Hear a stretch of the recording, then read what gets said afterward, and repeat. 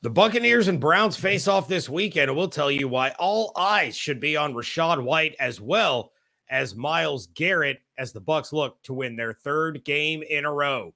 Let's go. You are Locked On Buccaneers, your daily Tampa Bay Buccaneers podcast, part of the Locked On Podcast Network, your team every day.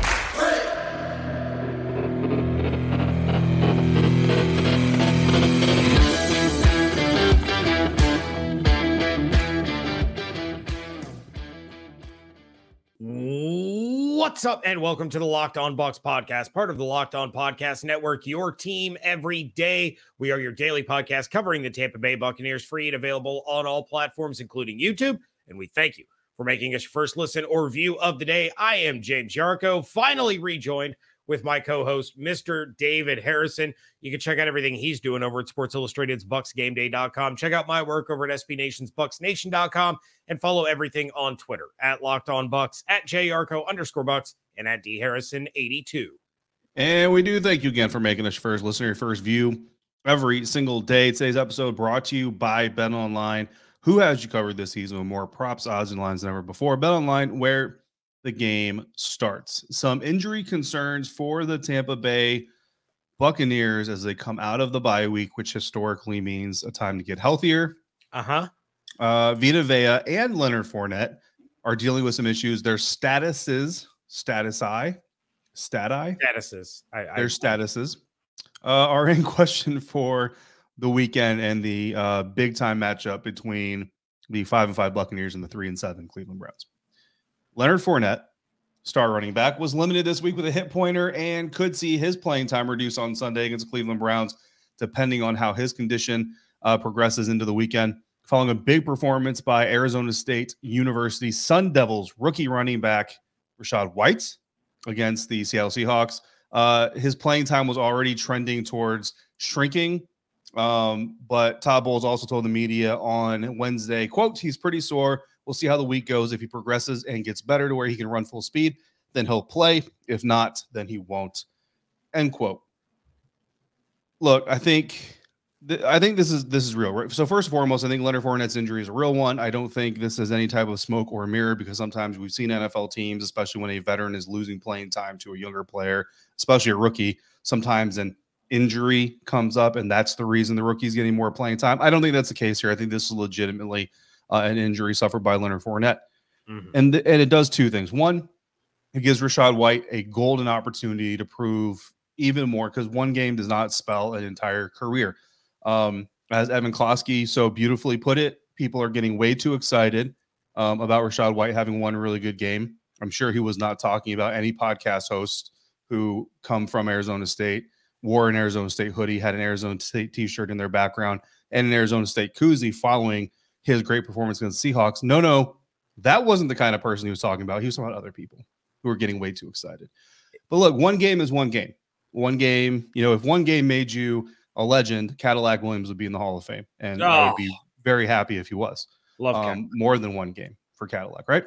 So, Rachaad White's got to prove that he can do it more than once and that he can be a guy to carry a workload. But I think either way, when Leonard Fournette is healthy, this is going to be a split back situation. And it was going to be a split back situation anyway. Like, Rachaad White was getting more and more snaps as the season went on, not because Leonard Fournette was struggling, but because the Buccaneers understood that if they were going to help improve the running game, they needed to kind of vary things up. The last example I'll give with that is Antonio Gibson with the Washington Commanders last year, 1,000-yard rusher. But he also led the league in fumbles as a running back. One of the reasons why, well, because he was dealing with his own injuries, but J.D. McKissick was also dealing with an injury. And their number 3 back was an undrafted rookie free agent from Buffalo who was friends with Chase Young. And I'm not saying that's the only reason he got the job, but that was kind of one of the reasons that he got led on to get the opportunity in the first place. So what do the Commanders do? They go out and they get a third-round rookie out of the University of Alabama to help split the load. Antonio Gibson now doing a lot better, and he's also not fumbling the ball. Why? Because he's fresher and he's healthier, and that is what this team wants to do, needs to do with Leonard Fournette. So regardless, Rachaad White was still going to get more snaps moving through the season. This is an opportunity for Rachaad White to prove to the Buccaneers that maybe he should be getting even more than they anticipated in the first place. Yeah, and one of the benefits here, obviously, as you've kind of alluded to is something that we've talked about for a while. And that was kind of the Rojo Leonard Fournette dynamic, where we saw a lot of Ronald Jones early in games. And as defenses got a little more tired, they were starting to get a little more sore. Then you have a bruiser like Leonard Fournette come in, and guys just straight up didn't want to tackle him. So the healthier he gets, the fresher he gets because of the extra carries that Rachaad White is getting. It's only going to benefit the offense moving forward. Yep. I do think this is kind of trending towards Leonard Fournette not playing, or if he does, might be a very situational back kind of deal. I do believe I made the joke following the Seahawks game where Leonard Fournette went out with a bruised ego and not a hip. We both did, and we laughed, and a good time was had by all. My apologies to Leonard Fournette. But we saw Keyshawn Vaughn get involved. We've seen Gio Bernard now enter that 21-day window where he could be active. If he's ready to go this weekend, it's not out of the realm of possibility, and would not surprise me if Gio was active and Leonard Fournette was a healthy scratch just to continue to try to get that hip right, because the weather's not going to be good. If he's already dealing with a hip injury, playing in the rain and in the cold, it could end up causing a bigger problem than what he's already facing. But the Bucs are also facing another big problem that is not Leonard Fournette, and that is Vita Vea, who is now dealing with a foot injury, and he has already missed some practice time this week. Obviously, Vea, huge part of the defense, going up against a run-heavy team, the NFL's fourth leading running back. So the Bucs could be in some trouble if Vea's out. We saw how the run defense kind of got gashed when Akeem Hicks was out. Well, you have Akeem Hicks back, but if Vita Vea is out, that you're right back to square one, and the guy who's in is not nearly as good as the guy who was out at that point. So Vea's a tough dude, man. And we know that if he can be out there, he will be out there. But what is your reaction, David, to Vea popping up on the injury report with that foot injury? That is massive. If this team were to have to play without Vita Vea, that, no disrespect to Leonard Fournette, that's a much bigger problem than not playing with Leonard Fournette. Like, if you got to choose one and leave the other behind, you leave Lenny in Florida, use I would say heat, but use the warmer weather than what you're going to get in Cleveland to help heal yourself. And let's take Vita to Northern Ohio and come out of there with a win, unlike what Michigan is going to do, which is not this weekend in Ohio. So more to come on this game. Apparently James is going to raspberry all over what I just said. That's fun. I'm glad that we're not in the same room while he's doing so, but we could be in the same room trying to pick player. There's no good way to segue to this. This episode of the Locked On Bucs podcast is brought to you by Prize Picks. Prize Picks, you pick 2 to 5 players, and if they go or if they score more or less in their Prize Picks projection, then you can win up to 10 times your money on any single entry. There's no competing against other people. So when you make a prediction and somebody wants to raspberry all over, it doesn't matter, because it's just you versus the projections available. And they've got NFL, NBA, Major League Baseball when that comes back, hockey, PGA, college football, of course, and so much more, including cricket. I'm sure World Cup is probably on there, right? Soccer is pretty popular, so I'm sure it's on there. And they have safe and fast withdrawals, not safed. Currently operational in over 30 states and Canada. So download the Prize Picks app or go to prizepicks.com. Sign up to play daily fantasy sports the right way. First-time users, you get a 100% instant deposit match up to $100 with promo code Locked On. So if you deposit $100, Prize Picks will give you $100 so you can put it on Ohio State players to run up the score and win. Don't forget to enter promo code Locked On at sign up for an instant deposit match up to $100. Go Bucs. We're going to tell you what we're confident in and what we're concerned about as the Tampa Bay Buccaneers travel to the great city of Cleveland, Ohio, to take on the Brownies. And we thank you for making the Locked On Bucs podcast first listener review and joining in on the conversation. Evan Klosky is going to be happy with what I just said during that ad read, which is good because he's not going to be happy about what I have to say coming up. For your second listen, make sure you're also checking out Locked On Sports Today. Biggest games, biggest stories. Go beyond the scenes of them all with local experts that only Locked On can provide. Locked On Sports Today available here on YouTube or wherever you get your podcast. We're confident and we're also a little concerned. Nail-biting.gif. There are 2 sides to every coin in every week, so we're going to break this down. James, I'm going to switch it out actually over to you. I'm going to let you tell the good people what you're confident in first.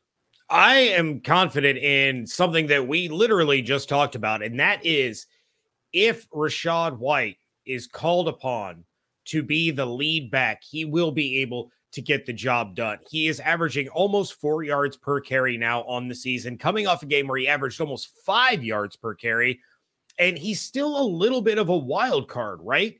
Because on film, he hasn't been utilized a ton. And NFL defenses haven't been able to prepare for the full arsenal of what Rachaad White is capable of. They can prepare for Leonard Fournette all day. They can prepare for good Lenny, bad Lenny, playoff Lenny, cupcake Lenny, whatever kind of Lenny. Rachaad White is not in that realm right now. He has 10 games on his resume, and there's not a lot to look at in some of those early games. So he's a guy that is really kind of the key X factor for the Buccaneers because he can catch the ball, he can pick up blitzes, he can run the ball between the tackles, he can break it outside. He is an absolute force, and if he's given the opportunity now to be that guy that takes 70 to 80% of the carries, he can absolutely just completely control this football game. Yeah, Rachaad White is more James White than any other Buccaneers running back they've had for Tom Brady since he arrived, and I think that's kind of the biggest key there. And I like the possibility of Keyshawn Vaughn getting more involved. Again, there were a lot of good things we saw from him in training camp in the preseason that we haven't gotten to see in the regular season for one reason or another. So whether it's by force, because the Buccaneers don't have a choice, looking forward to maybe seeing some more Keyshawn Vaughn out there on the field. I'm confident in this defense and the fact that they're not playing against Deshaun Watson yet. And look, I am in the school of thought. If you're out there going, Deshaun hasn't played in 2 years, we don't know what he's going to be. I get it. I got it. Mm-hmm. Okay, we don't know what he's going to be. But he can also be really good, okay? Like, he could also be really good because, and we've kind of already talked about this during the entire offseason, during the 40 days of nightmare conversations about who was going to be the next Buccaneers quarterback. We talked about Deshaun Watson a lot, and I pointed out that for I think a one-win Houston Texans team, he put up MVP caliber numbers. Imagine what he could do on a team that was actually winning. Right. So skill was there. Is it there? I don't know, but I don't want the Buccaneers to be the first team to find out. So good luck with that, Houston, next weekend. Good luck with Lovie Smith as well. I don't know which one's your bigger problem. It's Lovie. But the Buccaneers defense is 7th in total offense, like against total offense, right? In allowing the fewest total offensive yards, 15th against the run, 6th against the pass, and that's yards per game, not yards per play. The numbers are a little bit different yards per play, but they're generally the same. So yeah, Nick Chubb is one of the best running backs in the National Football League. Love the dude. Try to target him in every fantasy draft I ever have, just because he is that dude. But this defense is really good too. Now, Vita Vea is a concern. So that's part of the problem. But you know what? Vita Vea doesn't do this by himself. I'm not trying to undersell his impact, but there are 10 other guys that have been on the field to help produce this top 15 run defense.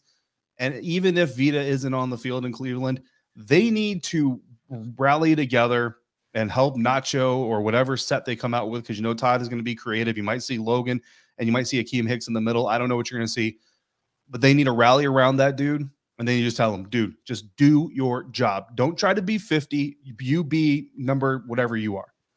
And we got your back. If they come into this saying, oh, no, we ain't got Vita, what are we going to do? Well, then they've lost before they get off the snow-covered ground. Okay? So I know it sounds like a lot of concerns, but I'm confident that this defense is going to rally around whoever is on the nose and do enough to keep the Cleveland Browns offense from running away with this game.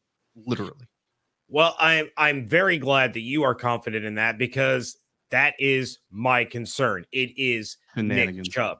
The guy is just an absolute monster. The Bucs have allowed over 100 rushing yards in 5 games this season, including over 230 rush yards against the Baltimore Ravens. In those games, the Bucs are 2-3. However, again, 2 sides to every coin. The flip side of this one, they've allowed just 107 rushing yards in the last 2 games combined. That as much of a weapon as Kenneth Walker is, the Rams, no run the ball, no good. So the numbers are a little bit skewed right there. Neither team has a top 5 running back in the NFL lining up in their backfield. So if Vita Vea is out, Chubb can absolutely do what I just said, Rachaad White has the capability to do against the Browns, and that's control the tempo of the game. He can set the tone for the entire game, keep the Bucs offense sidelined, get these chunk yards, control time of possession, slow things down, and help the Browns have some of these long, sustained scoring drives where, yeah, they could run Chubb at you 6 times in a row, and it could be working. Then all of a sudden, you're finding Amari Cooper. You're finding Michigan legend Donovan Peoples-Jones wide open for a touchdown somewhere. So I'm very concerned. He wasn't even that good. No, he really wasn't, but he did play for Michigan. There will be another Michigan legend on the field on Sunday. We'll talk about him later. He apparently wasn't that good there either, according to his coach. Well, Lloyd Carr was a moron, so we don't need to really delve into that too much. Also, what was the awful quarterback that they kept swapping him out with? He was like Drew Henson. It was. He was like the most elite high school prospect in Michigan history. Yeah, absolutely was. So was Terrell Pryor. Wild turn of events. Well, not Michigan history, but yeah, same thing. Yeah. You're right to be concerned about Nick Chubb. That dude, again, I already said it. He is that dude. I'm concerned. So the Cleveland Browns are going to try to stay on the field with their offense. And, look, as many people in the Big Ten found out when Tom Brady was back in school, he can't hurt you from the sidelines. Unfortunately for Michigan, opponents found that out while their offense was on the field anyway.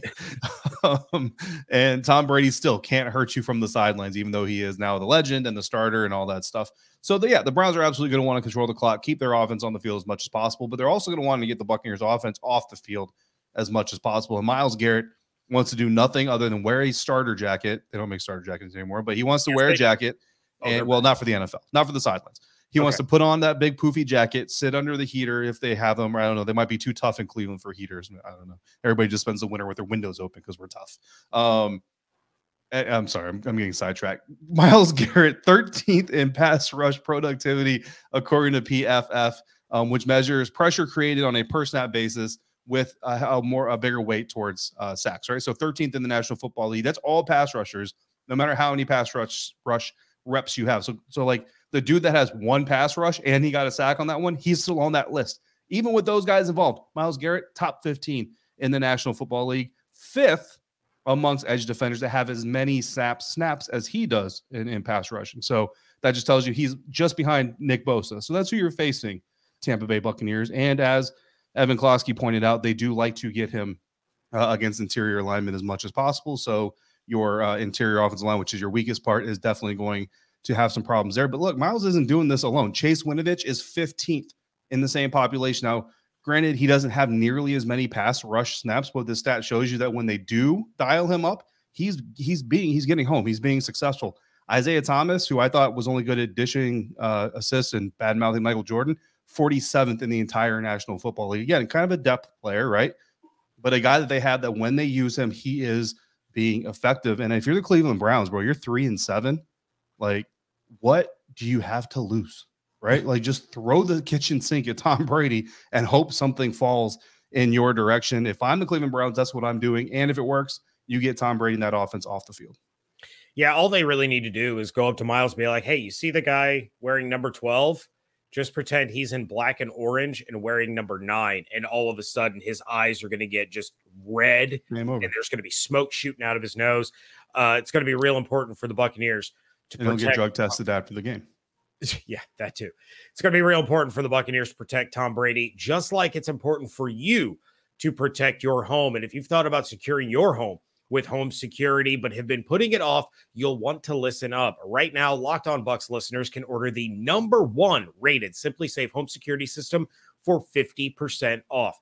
This is their biggest offer of the year, and you won't want to miss it. What I really personally enjoy about the Simply Safe advanced technology is being able to access crystal clear HD from my phone when I'm away from home. I can check in on what's going on, make sure the dog didn't make a mess in the house, check out if the person leaving packages is legit, or if there's somebody maybe taking some packages that don't exactly belong to them. There is a wide variety of high-tech sensors that you can monitor. And in addition to that, there are 24/7 professional monitoring agents that use Fast Protect technology exclusively from Simply Safe to capture critical evidence and verify that a threat is real so you can get priority police response.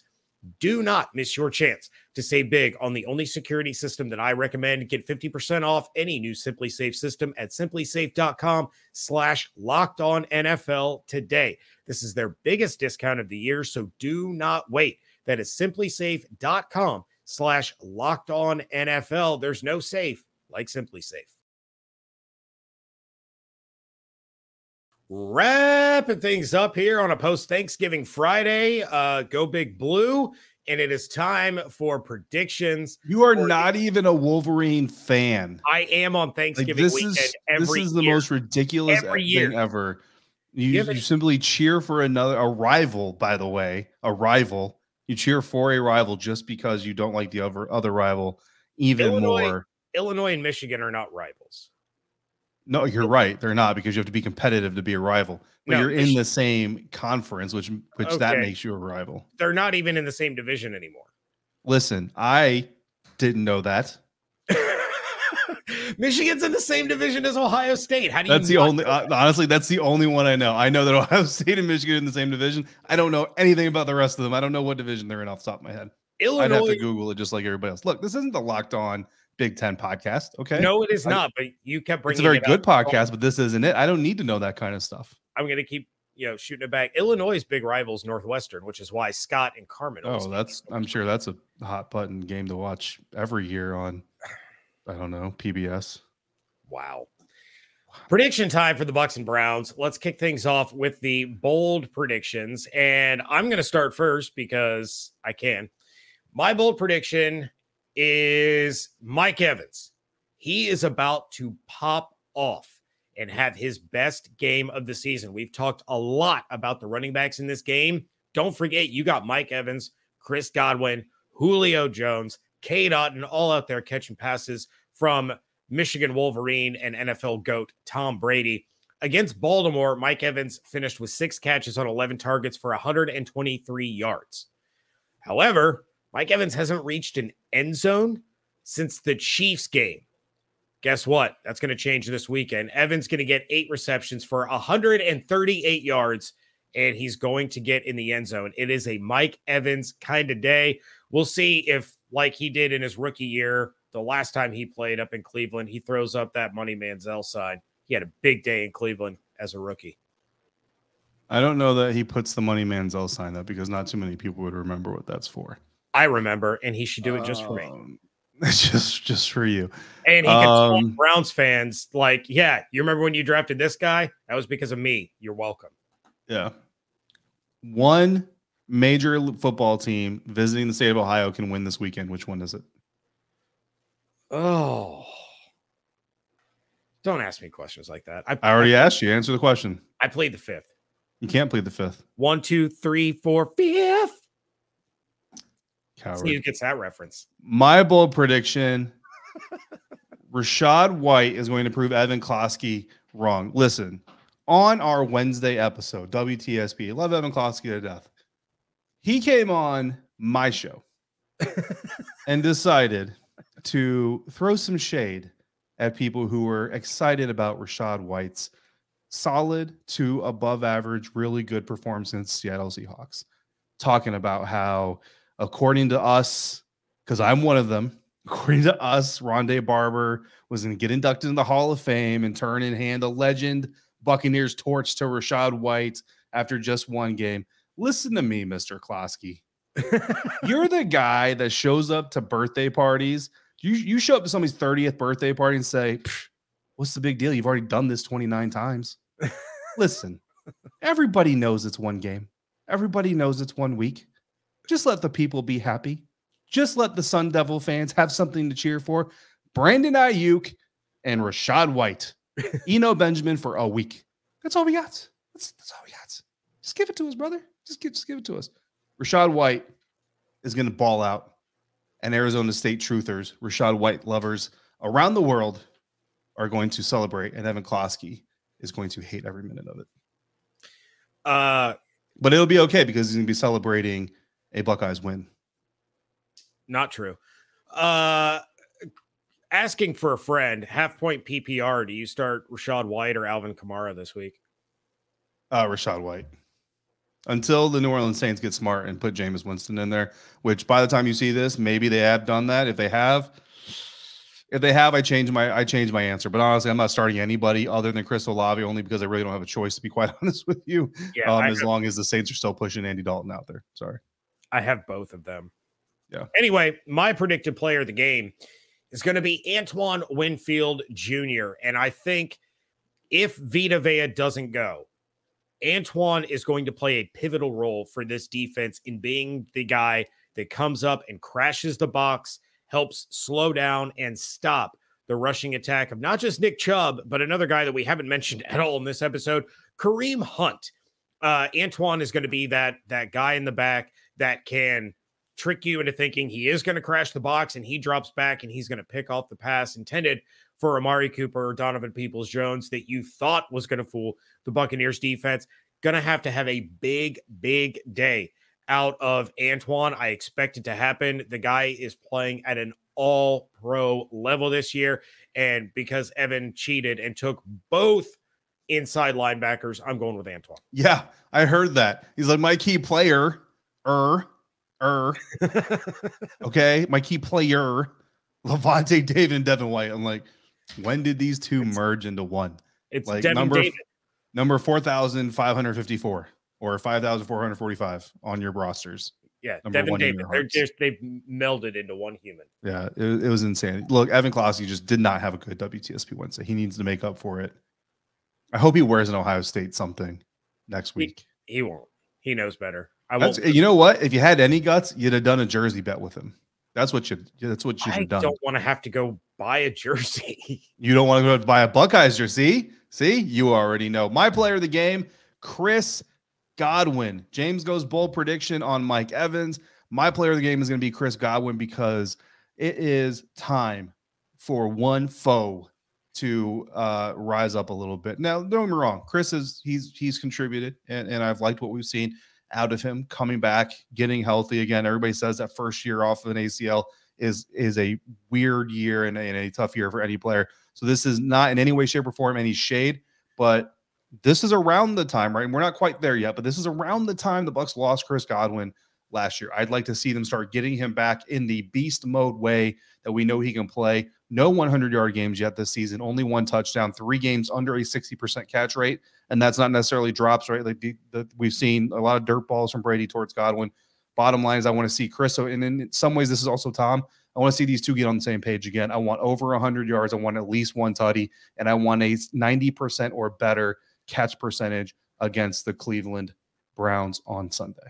Even with the weather, I don't care. I want it. I want to see it, James.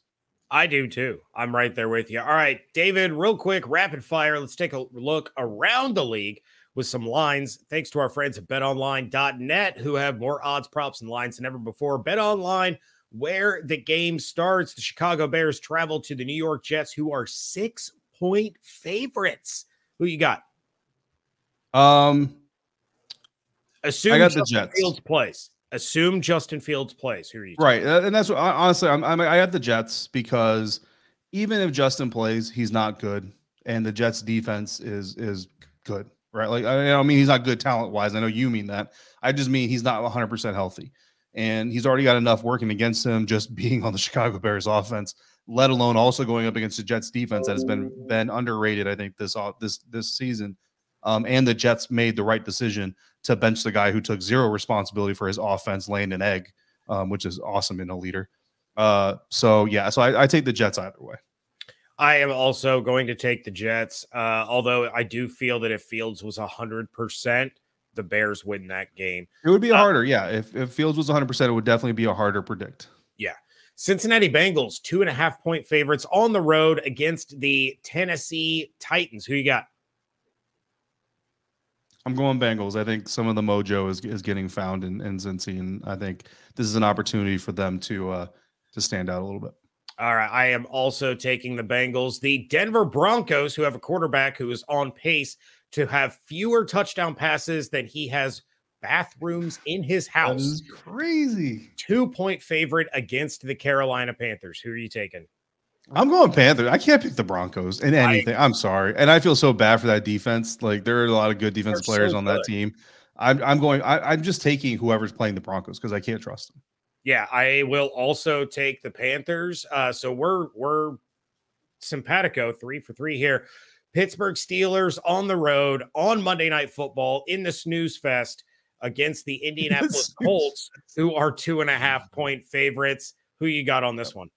I'm going with Jeff Saturday. 3-0, baby. Well, it should be 3-0. 2-1, but should be 3-0. Almost beat the Philadelphia Eagles. Look, we need to go back a couple weeks. I told y'all that the Colts were going to win Jeff Saturday's first game, and James laughed at me. I'm pretty sure that you said... I don't actually know if you did or not. No, I picked the Colts. I said I don't want to. Right. But the way the NFL gods work, the Indianapolis Colts are going to win that game. And dadgummit, they won that game. As much as I want to take the Steelers just so that we have one game that's different, I got to agree with you. I'm going to take the Colts on that one. David, get up. We got to argue just for the sake of arguing. Ohio State favored this Saturday by 7.5 points, James Yarcho. Who wins that game? Michigan. David, what is your score for the Bucs and the Browns? My score for the Bucs and the Browns, Cleveland. If you watch the crossover, saw the crossover, listen to the crossover, this is going to sound familiar. Cleveland scoring 24 points per game, allowing 26.9. Tampa Bay is scoring 18.3 points per game, allowing 18. That's a score differential of negative 2.9 for the Browns, and it's a scoring differential of 0.3 for the Buccaneers. Therefore, that math says Buccaneers 23, Cleveland 21. All right, and I will take the Buccaneers to also score 23 points. The Cleveland Browns are only going to score 13. Bucs by 10. Come away from Ohio with a win. Also, Bucs win by 10. Staying in Ohio with a win. No, not in that one. As I stated on WTSP Wednesday, when I attend a Tampa Bay Buccaneers game on Thanksgiving weekend, the Buccaneers and the Wolverines are undefeated. And when I attend 2 Buccaneers road games in a single season, the Buckeyes have never lost the Wolverines. I don't know because I didn't actually look it up. Also, when I am in the media box, the Buccaneers are 0-2, so something's got to give, but I will be coming to you live. So if the Bucs lose, you know who to talk to, guys. It's my fault. You know who to talk to. Yeah, if the Bucs lose, it is my fault. You can come after me and ban me from ever attending another Buccaneers road game in the media box, but I'll come to you live after the game. And until then, thank you again for making Locked On Bucs your first listen or view of the day. And of course, for the biggest headlines in all of sports, you can check out Locked On Sports Today, available on YouTube and wherever you are listening to this podcast. Reactions to the game, go ahead and give us a call at 813-444-5841. Check out what David's doing over at BucsGameDay.com. Check out my work over at BucsNation.com and follow everything on Twitter at Locked On Bucs, at JYarcho_Bucs, and at DHarrison82. Hope you all have an absolutely outstanding weekend. Stay safe, stay healthy, fire those cannons. And we thank you so much for joining us right here at Locked On Bucs.